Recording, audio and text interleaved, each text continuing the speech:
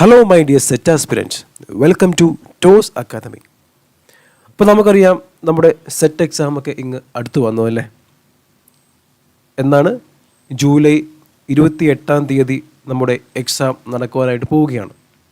അപ്പോൾ ഇനി ഏതാനും കുറച്ച് ദിവസങ്ങൾ മാത്രമേ നമ്മുടെ കയ്യിൽ പഠിക്കാനായിട്ട് ഇനി ഉള്ളൂ. അപ്പോൾ ഇന്ന് ടോസ് അക്കാദമി നിങ്ങൾക്കായിട്ട് ഒരു 25 ഡേ ചലഞ്ച് ഇവിടെ നിങ്ങൾക്ക് വേണ്ടി പരിചയപ്പെടുത്തുവാണ്. അതായത് 25 ടോപ്പിക്സ് ഫോർ 25 ഡേയ്സ്. ഇപ്പം നമുക്കറിയാം ഈ 25 അല്ലെങ്കിൽ ഒരു കുറച്ച് ദിവസങ്ങൾ കൊണ്ട് അല്ലെങ്കിൽ 25 ഡേയ്സിനുള്ളിൽ എല്ലാ സബ്ജക്റ്റും കവർ ചെയ്യുക എന്നുള്ളത് വളരെ ടാസ്ക് ആയിട്ടുള്ള ഒരു കാര്യമാണ് അല്ലേ.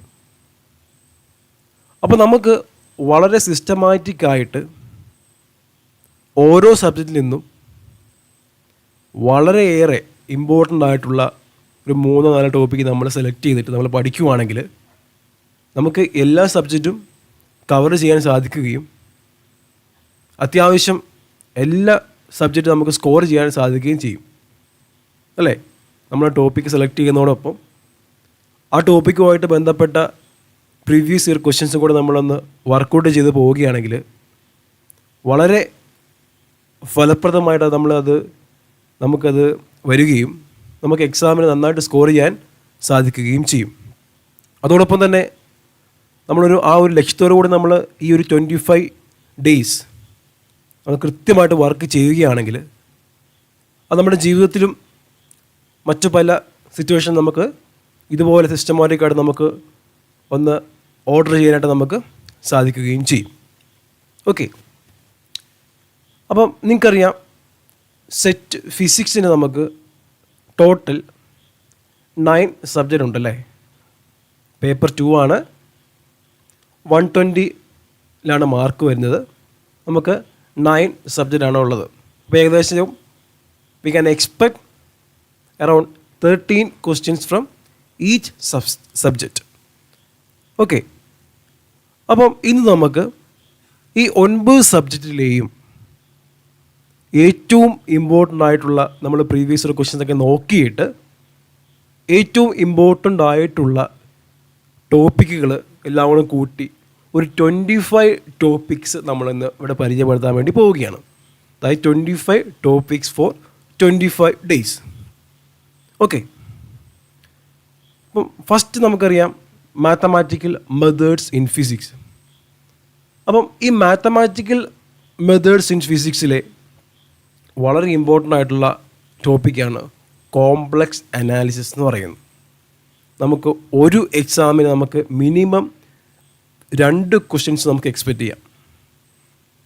കോംപ്ലക്സ് അനാലിസിസ്, അതോടൊപ്പം തന്നെ matrices, then Fourier and Laplace transform നമ്മൾ ഈ ഇടയായിട്ട് നമ്മൾ ചോദിച്ചു കൂടുതൽ കാണുന്നുണ്ട്. അപ്പോൾ നിങ്ങൾ ഈ 3 ടോപ്പിക്കും നിർബന്ധമായിട്ടും മാത്തമാറ്റിക്കൽ ഫിസിക്സിൽ നിന്നും നിങ്ങൾ കൃത്യമായിട്ട് പോകേണ്ട 3 ഏരിയയാണ്.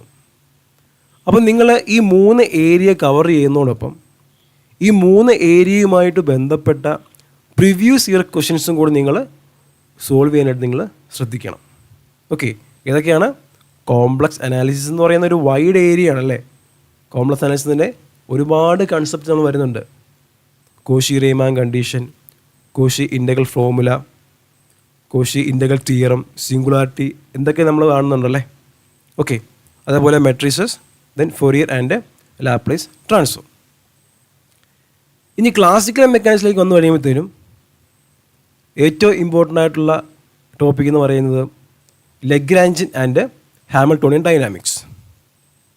ഓക്കെ, ഒരു ക്വസ്റ്റ്യൻ അല്ലെങ്കിൽ 2 ക്വസ്റ്റ്യൻ ഉറപ്പാണ്. Then problems about central force problem, then rigid body dynamics. Okay, then coming to quantum mechanics, എന്താണ് 3 ബേസിക് ക്വാണ്ടം മെക്കാനിക്കൽ പ്രോബ്ലംസ്. നമ്മൾ വേവ് ഫംഗ്ഷനെ പറ്റിയും എനർജി ഐഗൻ വാല്യൂസിനെ പറ്റിയൊക്കെ നമ്മൾ പഠിക്കുന്ന 3 ബേസിക് ക്വാണ്ടം മെക്കാനിക്കൽ പ്രോബ്ലംസ് ഏതൊക്കെയാണ്? പാർട്ടിക്കിൾ ഇൻ എ ബോക്സ്, അവ റിലേറ്റ് ചെയ്തിട്ടുള്ള വേവ് ഫംഗ്ഷൻ്റെയും എനർജി ഐഗൻ വാല്യൂസിൻ്റെ എക്സ്പ്രഷൻസ്. ദെൻ ഹാർമോണിക് ഓസിലേറ്റർ, അവയുടെ wave function, energy eigen values, expectation value എന്നൊക്കെ അതിൻ്റെ ചില ക്വാണ്ടിറ്റീസ്. അതോടൊപ്പം തന്നെ എന്താണ് എബൌട്ട് ഹൈഡ്രജൻ ആറ്റം, അവിടെയും wave function, ground state wave function, energy eigen values, expectation value in different States. Okay, ഇതൊക്കെയാണ് ക്വാണ്ടം മെക്കാനിക്സിലെ ഏറ്റവും ഇമ്പോർട്ടൻ്റ് ആയിട്ടുള്ള ഒരു 3 ടോപ്പിക് എന്ന് പറഞ്ഞാൽ നമുക്ക് പറയാൻ വേണ്ടി പറ്റുന്നത്. Then coming to electromagnetic theory, there is electrostatics. നമ്മൾ +2 മുതൽ പഠിക്കുന്ന ഒരു ടോപ്പിക്കാണ് ഇലക്ട്രോസ്റ്റാറ്റിക് എന്ന് പറയുന്നത്. ആ ഇലക്ട്രോസ്റ്റാറ്റിക്കിൽ തന്നെ ഗോസ് ലോ ആയിട്ട് ബന്ധപ്പെട്ട പ്രോബ്ലംസാണ് കൂടുതലും ചോദിച്ച് കാണുന്നത്, Gauss law and its applications. Then Maxwell's equations, മാക്സ്വെല്ലിൻ്റെ ആ ഒരു 4 ഇക്വേഷൻസും അത് ഡിഫറെൻറ്റ് മീഡിയത്തിലുള്ള ആ മാക്സ്വെല്ലിൻ്റെ 4 ഇക്വേഷൻസ്, അതായത് ആ ഇക്വേഷനിലെ മോഡിഫിക്കേഷൻസ് വളരെ ഇമ്പോർട്ടൻ്റ് ആയിട്ടുള്ള ഒരു ടോപ്പിക്കാണ് മാക്സ്വെൽസ് ഇക്വേഷൻ എന്ന് പറയുന്നത്. Then electromagnetic waves, electromagnetic വേവ്സും വളരെ ഇമ്പോർട്ടൻ്റ് ആയിട്ടുള്ള ഒരു ടോപ്പിക്കാണ്. അപ്പോൾ നിങ്ങൾ ഈ ടോപ്പിക്കൊക്കെ കവർ ചെയ്യുന്നതോടൊപ്പം അതുമായിട്ട് ബന്ധപ്പെട്ട പ്രോബ്ലംസും കൂടെ നോക്കേണ്ടതുണ്ട്. കാരണം നമ്മൾ ലാസ്റ്റ് ചെയ്യാൻ വേണ്ടി പോകുന്നത് എന്നാണ്, നമുക്ക് ചെയ്യേണ്ടത് പ്രോബ്ലംസ് നമുക്ക് ചെയ്യേണ്ടതല്ലേ. മാത്രമല്ല എന്താണ്, ഈ തിയറി മാത്രം പഠിച്ചിട്ട് ഒരു കാര്യമില്ല. നമുക്ക് ആ തിയറി വേണ്ട രീതിയിൽ വേണ്ട സമയത്ത് കൃത്യമായിട്ട് അപ്ലൈ ചെയ്യാൻ വേണ്ടി പറ്റണം.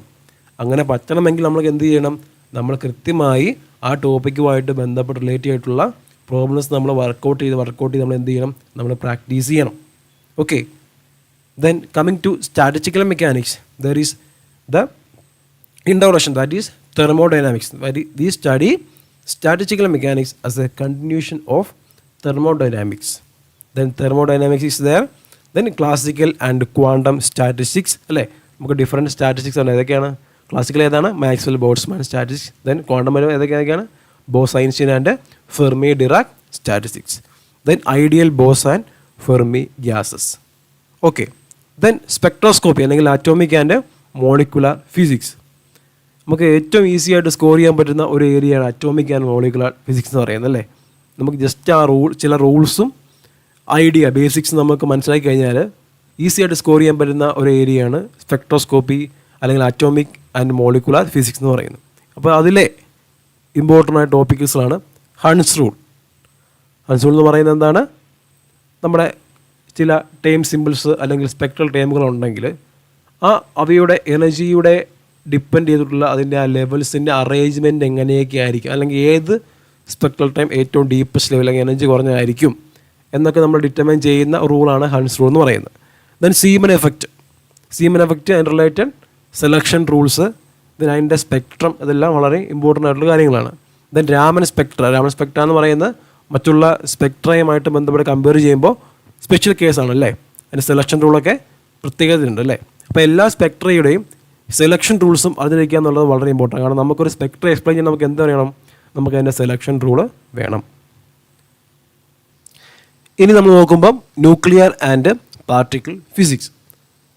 നമുക്ക് ന്യൂക്ലിയർ ആൻഡ് പാർട്ടിക്കിൾ ഫിസിക്സ് നമുക്ക് ഈസി ആയിട്ട് സ്കോർ ചെയ്യാൻ പറ്റുന്ന അനദർ ഒരു ടോപ്പിക്കാണ്, അല്ലേ. നമുക്ക് മോർ എബൌട്ട് എന്താണ്, നമ്മുടെ കൺസർവേഷൻ ലോസ് ഒക്കെ നമുക്ക്, അതായത് ചാർജ് ബാലൻസ് ചെയ്യാൻ, അല്ലെങ്കിൽ ലെപ്റ്റോൺ നമ്പർ ബാലൻസ് ചെയ്യാൻ, അല്ലെങ്കിൽ ക്വാർക്സ് നമ്പർ ബാലൻസ് ചെയ്യാൻ, അല്ലെങ്കിൽ ബാരിയോൺ നമ്പർ ബാലൻസ് ചെയ്യാനൊക്കെ നമുക്ക്, അല്ലെങ്കിൽ സ്പിൻ ബാലൻസ് ചെയ്യാനൊക്കെ നമുക്ക് അറിയാമെങ്കിൽ, ഓരോ എലമെൻ്ററി പാർട്ടിക്കിളിൻ്റെയും പ്രോപ്പർട്ടീസ് നമുക്ക് അറിയാമെങ്കിൽ ഈസി ആയിട്ട് നമുക്ക് കൺസർവേഷൻ, അതായത് ഈ റിയാക്ഷൻ കൺസേർവ് ആണോ അല്ലെങ്കിൽ നടക്കുമോ ഇല്ലയോ നമുക്ക് ഓരോ കൺസർവേഷൻ ലോസ് ചെക്ക് ചെയ്ത് നമുക്ക് ഐഡൻറ്റിഫൈ ചെയ്യാനായിട്ട് സാധിക്കും. ഓക്കെ, അപ്പോൾ കൺസർവേഷൻ ലോസ് വളരെ ഇമ്പോർട്ടൻ്റ് ആയിട്ടുള്ള ടോപ്പിക്കാണ് from particle physics. And from nuclear physics shell model is very important, അല്ലേ. ഷെൽ മോഡലിൽ നിന്ന് നമുക്ക് യൂസ് ചെയ്ത് നമുക്ക് എങ്ങനെയാണ് ന്യൂക്ലിയസിൻ്റെ ഒരു സ്പെക്ട്രൽ ടൈം നമ്മൾ റെപ്രസെൻറ്റ് ചെയ്യുന്നുള്ളത് ബൈ യൂസിങ് ഷെൽ മോഡൽ നമ്മൾ കാണുന്നതാണ്, അല്ലേ. Okay, then coming to condensed matter physics or solid state physics, crystal systems, അല്ലേ. ക്രിസ്റ്റൽ സിസ്റ്റം അതിൻ്റെ സ്ട്രക്ചറോട് ബന്ധപ്പെട്ട കുറേ പ്രോപ്പർട്ടീസ് ഉണ്ട്, ബ്രൈവിയസ് ലാറ്റിസസ്. ദെൻ അവയുടെ ഓരോ പ്രോപ്പർട്ടീസ് ഉണ്ട്, അല്ലേ. ഓരോ ലാറ്റിസിനും ലാറ്റിസ് പാരാമീറ്റേഴ്സ് തമ്മിൽ കുറേ റിലേഷൻസ് ഉണ്ട്. ആ റിലേഷനുമായി ബന്ധപ്പെട്ട് നമ്മൾ ബ്രാഗ്സ് ലോ കാണും.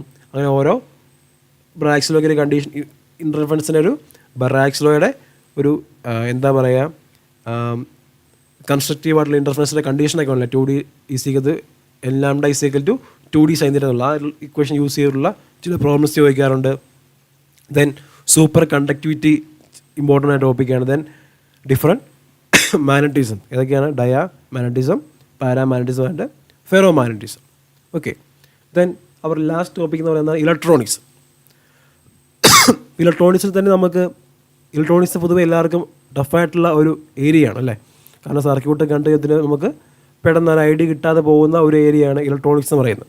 അതിൽ തന്നെ നമുക്ക് ഈസി ആയിട്ട് സ്കോർ ചെയ്യാൻ പറ്റുന്ന രണ്ട് ടോപ്പിക്കുകളാണ് എന്ത്?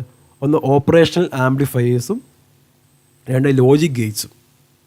ഓപ്പറേഷണൽ ആംപ്ലിഫയേഴ്സൊക്കെ നമുക്ക് ബേസിക് ആയിട്ടുള്ള കുറേ ക്വാണ്ടിറ്റീസ് ഉണ്ടല്ലേ, കുറേ ടേംസുകളുണ്ട്. സ്ലൂ റേറ്റ്, CMRR, അങ്ങനെ കുറേ ടേംസിൻ്റെ ഡെഫിനിഷൻസ്. ദെൻ ഓപ്പറേഷൻ ആംപ്ലിഫയറിൻ്റെ ഇൻവേർട്ടിംഗ് ആംപ്ലിഫയർ ഉണ്ട്, നോൺ ഇൻവേർട്ടിംഗ് ആംപ്ലിഫയർ ഉണ്ട്, അതിൻ്റെയൊക്കെ basic ideas. Then coming to logic gates, നമുക്ക് എന്താ പറയുക, ഓരോ ഗേറ്റ്സിനും കറസ്പോണ്ടിങ് ആയിട്ടുള്ള ബോളിയൻ എക്സ്പ്രഷൻ നമുക്ക് സോൾവ് ചെയ്യാൻ പറ്റും. ചിലപ്പോൾ ഇങ്ങനെ ലെങ്തി ആയിട്ടുള്ള ഒരു ബോളിയൻ എക്സ്പ്രഷൻ തന്നു കഴിഞ്ഞാൽ നമുക്ക് ഡി മോർഗൻസ് തിയറം യൂസ് ചെയ്തുകൊണ്ട് എങ്ങനെ നമുക്കതിനെ സിംപ്ലിഫൈ ചെയ്യാന്നുള്ളതൊക്കെ വളരെ റീസെൻ്റായിട്ട് ചോദിക്കുന്ന ചില ടൈപ്പ് ഓഫ് ക്വസ്റ്റ്യൻസ് ആണ്. അപ്പം നമ്മൾ ഇന്നിവിടെ ഡിസ്കസ് ചെയ്ത ടോപ്പിക്ക്, നമ്മൾ 25 ടോപ്പിക്ക് നമ്മൾ ഡിസ്കസ് ചെയ്തല്ലേ. ആ 25 ടോപ്പിക്ക് നിങ്ങൾ പഠിച്ചാൽ മാത്രം പോരാ, അതുമായിട്ട് ബന്ധപ്പെട്ട എന്താണ് പ്രീവിയസ് ചില ക്വസ്റ്റ്യൻസും കൂടെ നിങ്ങൾ വർക്കൗട്ട് ചെയ്ത് പോകേണ്ടതുണ്ട്. എങ്കിൽ മാത്രമേ നമ്മുടെ പഠനം വളരെ സിസ്റ്റമാറ്റിക്കും പൂർണ്ണമാവുകയുള്ളൂ. ഓക്കെ, അപ്പോൾ എല്ലാവർക്കും എല്ലാവിധ ആശംസകളും നേരുന്നു. Okay, thank you.